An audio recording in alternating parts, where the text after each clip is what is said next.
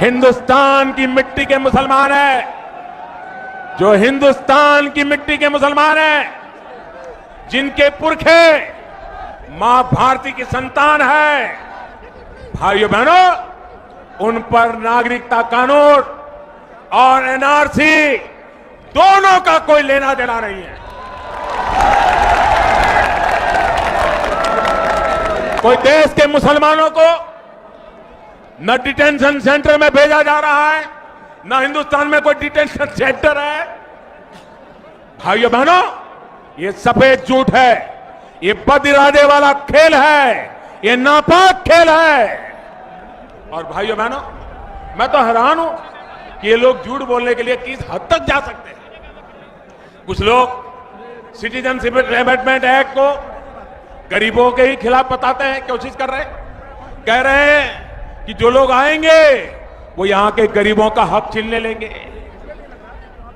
अरे झूठ फैलने से पहले इन कम से कम गरीबों पर तो दया करो भाई। एक ही पार्लियामेंट के सत्र में मोदी गरीबों को घर देने का कानून लाता है, अनधिकृत कॉलोनी को अधिकृत बनाने का काम करता है, क्या उसी सत्र में गरीबों को छीनने की बात करेगा?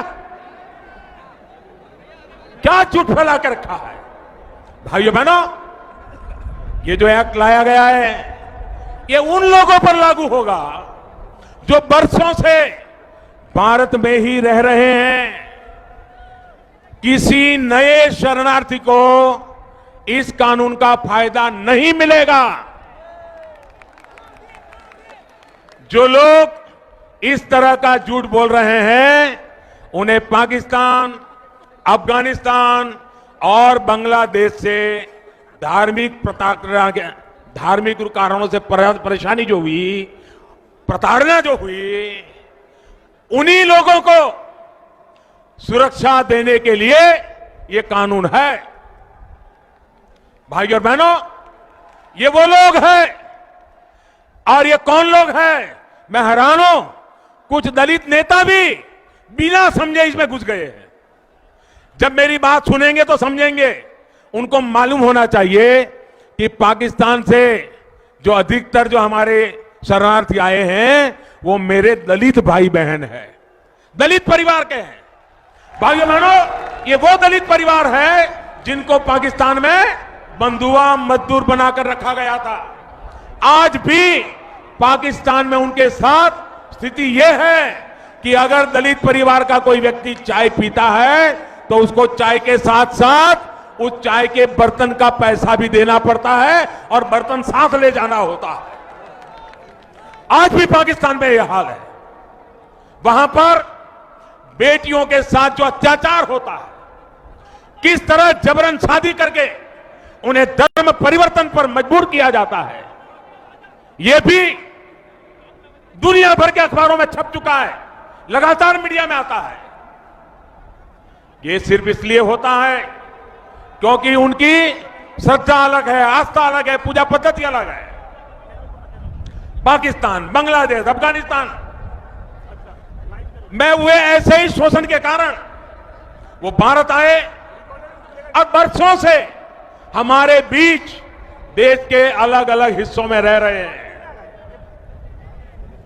भाइयों बहनों, एक ऐसी चर्चा है, पार्लियामेंट में चर्चा हुई, अगर हिंदुस्तान के राजनीतिक नेताओं को अपनी स्वार्थनिधि राजनीति से दूर का दिखता, ये ऐसा मौका था, हम दुनिया में पाकिस्तान कैसे मानव अधिकार विरोधी है, पाकिस्तान कैसे माइनॉरिटी पर जुल्म करता है, पाकिस्तान में माइनॉरिटी की क्या दुर्दशा है, ये चित्र पूरी दुनिया में ले जाने का उत्तम अवसर था। लेकिन इन्होंने उल्टा कर दिया, क्योंकि उनको देश नहीं, उनको उनका दल दिखता है। इसके कारण देश की भलाई के लिए और दुनिया में पाकिस्तान के करतूतों को खुला करने का मौका भी इन लोगों ने गवा दिया। और मैंने पहले कहा उस प्रकार से मैं दलित राजनीति करने वालों का दावा जो करते हैं, उनसे पूछना चाहता हूं कि आप इतने वर्षों चुप क्यों थे? आपको इन दलितों की तकलीफ कभी क्यों नहीं दिखाई दी? आज जब इन दलितों के जीवन की सबसे बड़ी चिंता दूर करने का काम अगर मोदी सरकार कर रही है तो फिर आपके पेट में चूहे क्यों दौड़ रहे हैं?